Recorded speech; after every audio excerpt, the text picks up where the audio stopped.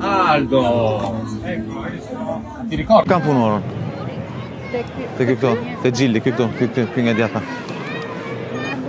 Këtu kam punuar nga viti 2000 deri në 2004, pak a shumë. Çfarë ke punuar? Kam punuar kamarier. Po. Si ndihet?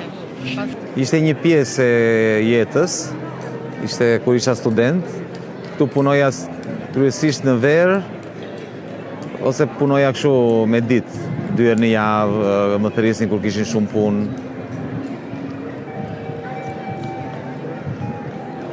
Vjen mendje një pjesë e jetës time, kur isha më i ri. Po marrim një kafe, ulemi në kafe. Emri ati tipit mua. Se roa ishte njëri që punonte këtu. Unë të pyesën.